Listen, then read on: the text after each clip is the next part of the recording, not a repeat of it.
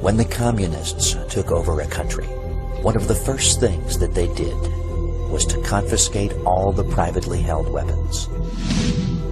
But even more insidious than the theft of the people's weapons was the theft of their history. Official communist historians rewrote history to fit the current party line. In many countries, revered national heroes were excised from the history books, or their real deeds were distorted to fit communist ideology, and communist killers and criminals were converted into official saints. Holidays were declared in honor of the beasts who murdered countless nations. Did you know that much the same process has occurred right here in America? Every January, the media go into a kind of almost spastic frenzy of adulation for the so-called Reverend Dr. Martin Luther King Jr. King has even had a national holiday declared in his honor, an honor accorded to no other American. Let's take a look at this modern-day plastic god. Born in 1929, King was the son of a black preacher known at the time only as Daddy King. Daddy King named his son Michael. In 1935, Daddy King had an inspiration to name himself after the Protestant reformer Martin Luther. He declared to his congregation that henceforth they were to refer to him as Martin Luther King, and to his son as Martin Luther King Jr. None of this name-changing was ever legalized in court. Daddy King's son's real name is to this day Michael King. The first public sermon that King ever gave in 1947 at the Ebenezer Baptist Church was plagiarized from a homily by Protestant clergyman Harry Emerson Fosdick entitled "Life is What You Make It," according to the testimony of King's best friend of that time, Reverend Larry H. Williams. The first book that King wrote, Stride Toward Freedom, was plagiarized from numerous sources, all unattributed, according to documentation recently assembled by sympathetic King scholars Keith D. Miller, Ira G. Zepp Jr., and David J. Garrow. And no less an authoritative source than the 4 senior editors of the Papers of Martin Luther King Jr., an official publication of the Martin Luther King Center for Nonviolent Social Change, Incorporated, whose staff included King's widow Coretta, stated of King's writings at both Boston University and Crozer Theological Seminary, quote, "Judged retroactively by the standards of academic scholarship, his writings are tragically flawed by numerous instances of plagiarism. Appropriated passages are particularly evident in his writings in his major field of graduate study, systematic theology," close quote. King's essay, The Place of Reason and Experience in Finding God, written at Crozer, pirated passages from the work of theologian Edgar S. Brightman, author of The Finding of God. Another of King's theses, Contemporary Continental Theology, written shortly after he entered Boston University, was largely stolen from a book by Walter Marshall Horton. King's doctoral dissertation, A Comparison of the Conceptions of God in the Thinking of Paul Tillich and Harry Nelson Wyman, for which he was awarded a Ph.D. in theology, contains more than 50 complete sentences plagiarized from the Ph.D. dissertation of Dr. Jack Boozer, The Place of Reason in Paul Tillich's Concept of God. According to the Martin Luther King Papers, in King's dissertation, quote, "Only 49% of sentences in the section on Tillich contain 5 or more words that were King's own," close quote. In the Journal of American History, June 1991, page 87, David J. Garrow, a leftist academic who is sympathetic to King, says that King's wife, Coretta Scott King, who also served as his secretary, was an accomplice in his repeated cheating. Reading Garrow's article, one is led to the inescapable conclusion that King cheated because he had chosen for himself a political role in which a Ph.D. would be useful, and lacking the intellectual ability to obtain the title fairly, went after it by any means necessary. Why then, one might ask, did the professors at Crozer Theological Seminary and Boston University grant him passing grades and a Ph.D.? Garrow states on page 89, quote, King's academic compositions, especially at Boston University, were almost without exception little more than summary descriptions and comparisons of others' writings. Nonetheless, the papers almost always received desirable letter grades, strongly suggesting that King's professors did not expect more. Close quote. The editors of the Martin Luther King Jr. papers state that, quote, the failure of King's teachers to notice his pattern of textual appropriation is somewhat remarkable, close quote. But researcher Michael Hoffman tells us, quote, actually, the malfeasance of the professors is not at all remarkable. King was politically correct. He was black, and he had ambitions. The leftist professors were happy to award a doctorate to such a candidate, no matter how much fraud was involved. Nor is it any wonder that it has taken 40 years for the truth about King's record of nearly constant intellectual piracy to be made public. Close quote. Supposed scholars who in reality shared King's vision of a racially mixed and Marxist America purposely covered up his cheating for decades. The cover-up still continues. From the New York Times of October 11, 1991, page 15, we learn that on October 10th of that year, a committee of researchers at Boston University admitted that, quote, there is no question but that Dr. King plagiarized in the dissertation. However, despite its finding, the committee said that, quote, no thought should be given to the revocation of Dr. King's doctoral degree, an action the panel said would serve no purpose, close quote. No purpose indeed. Justice demands that in light of his willful fraud as a student, the titles Reverend and Doctor should be removed from King's name. Well, friends, he is not a legitimate reverend, he is not a bona fide Ph.D., and his name isn't really Martin Luther King Jr. What's left? Just a sexual degenerate, an America-hating communist, and a criminal betrayer of even the interests of his own people. On Labor Day 1957, a special meeting was attended by Martin Luther King and 4 others at a strange institution called the Highlander Folk School in Monteagle, Tennessee. The Highlander Folk School was a communist front, having been founded by Miles Horton, Communist Party organizer for Tennessee, and Don West, organizer for North Carolina. The leaders of this meeting with King were the aforementioned Horton and West, along with Abner Berry and James Dombrowski, all open and acknowledged members of the Communist Party USA. The agenda of the meeting was a plan to tour the southern states to initiate demonstrations and riots.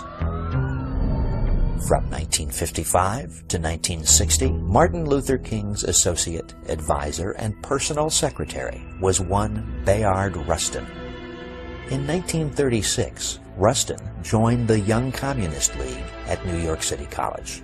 Convicted of draft dodging, he went to prison for 2 years in 1944.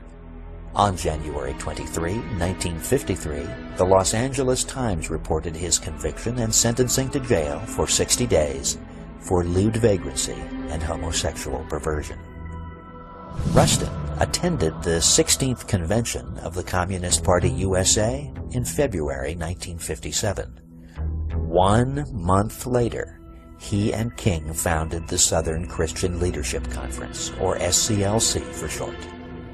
The president of the SCLC was Dr. Martin Luther King Jr.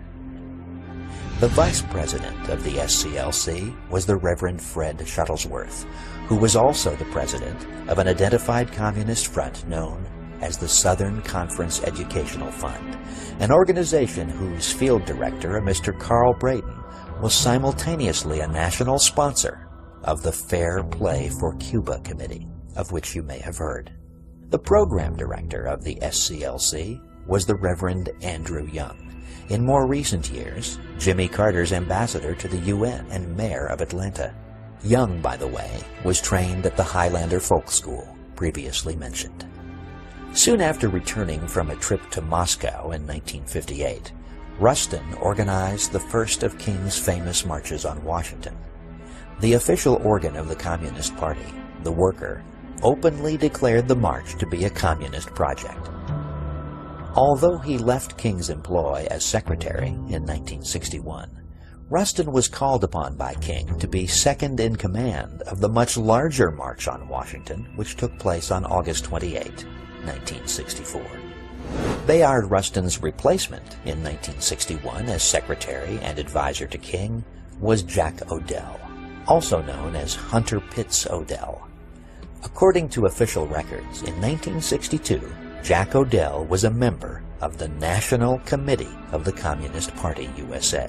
He had been listed as a Communist Party member as early as 1956. Odell was also given the job of acting executive director for SCLC activities for the entire Southeast, according to the St. Louis Globe-Democrat of October 26, 1962.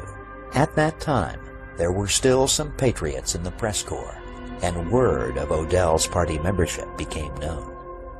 What did King do? Shortly after the negative news reports, King fired Odell with much fanfare. And he then, without the fanfare, immediately hired him again as director of the New York office of the SCLC, as confirmed by the Richmond News Leader of September 27, 1963. Also in 1963, a black man from Monroe, North Carolina, named Robert Williams, made a trip to Beijing, China. Exactly 20 days before King's 1964 March on Washington, Williams successfully urged Mao Zedong to speak out on behalf of King's movement. Mr. Williams was also around this time maintaining his primary residence in Cuba, from which he made regular broadcasts to the southern United States 3 times a week from high-power AM transmitters in Havana under the title Radio Free Dixie. In these broadcasts, he urged violent attacks by blacks against white Americans. During this period, Williams wrote a book entitled Negroes with Guns. The writer of the foreword for this book? None other than Martin Luther King, Jr.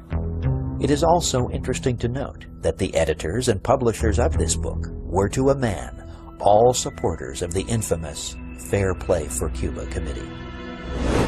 According to King's biographer and sympathizer, David J. Garrow, quote, King privately described himself as a Marxist, close quote.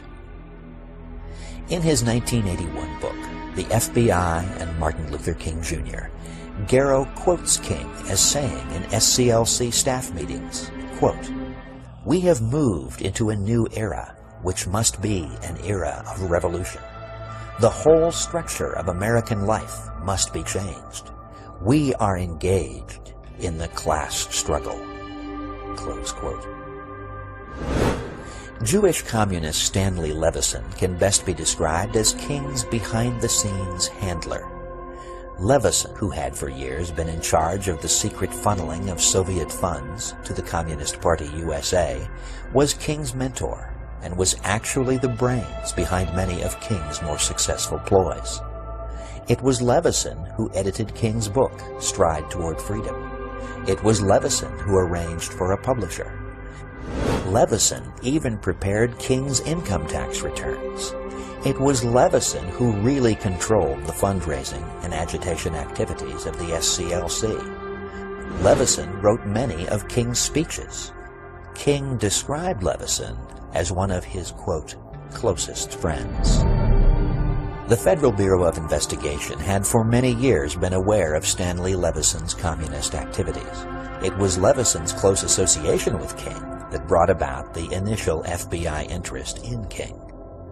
Lest you be tempted to believe the controlled media's lie about racists in the FBI being out to get King, you should be aware that the man most responsible for the FBI's probe of King was Assistant Director William C. Sullivan. Sullivan describes himself as a liberal and says that initially, quote, "I was 100% for King because I saw him as an effective and badly needed leader for black people in their desire for civil rights," close quote. The probe of King not only confirmed their suspicions about King's communist beliefs and associations, but it also revealed King to be a despicable hypocrite, an immoral degenerate, and a worthless charlatan. According to Assistant Director Sullivan, who had direct access to the surveillance files on King, which are denied the American people, King had embezzled or misapplied substantial amounts of money contributed to the civil rights movement. King used SCLC funds to pay for liquor and numerous prostitutes, both black and white, who were brought to his hotel rooms, often 2 at a time, for drunken sex parties, which sometimes lasted for several days. These types of activities were the norm for King's speaking and organizing tours. In fact, an outfit called the National Civil Rights Museum in Memphis, Tennessee, which is putting on display the 2 bedrooms from the Lorraine Motel where King stayed the night before he was shot, has declined to depict in any way the occupants of those rooms. That, according to exhibit designer Gerard Eisterhold, would be, quote, "close to blasphemy." The reason? Dr. Martin Luther King Jr. spent his last night on Earth having sexual intercourse with 2 women at the motel and physically beating and abusing a 3rd. Sullivan also stated that King had alienated the affections of numerous married women. According to Sullivan, who in 30 years with the Bureau had seen everything there was to be seen of the seamy side of life, King was one of only 7 people he had ever encountered who was such a total degenerate. Noting the violence that almost invariably attended King's supposedly non-violent marches, Sullivan's probe revealed a very different King from the carefully crafted public image. King welcomed members of many different black groups as members of his SCLC, many of them advocates and practitioners of violence. King's only admonition on the subject was that they should embrace, quote, "tactical nonviolence," close quote. Sullivan also relates an incident in which King met in a financial conference with Communist Party representatives, not knowing that one of the participants was an infiltrator actually working for the FBI. J. Edgar Hoover personally saw to it that documented information on King's communist connections was provided to the President and to Congress, and conclusive information from FBI files was also provided to major newspapers and newswire services. But were the American people informed of King's real nature? No, for even in the 1960s, the fix was in. The controlled media and the bought politicians were bound and determined to push their racial mixing program on America. King was their man, and nothing was going to get in their way. With a few minor exceptions, these facts have been kept from the American people. The pro-King propaganda machine grinds on, and it is even reported that a serious proposal has been made to add some of King's writings as a new book in the Bible. Ladies and gentlemen, the purpose of this radio program is far greater than to prove to you the immorality and subversion of this man called King. I want you to start to think for yourselves. I want you to consider this. What are the forces and motivation behind the controlled media's active promotion of King?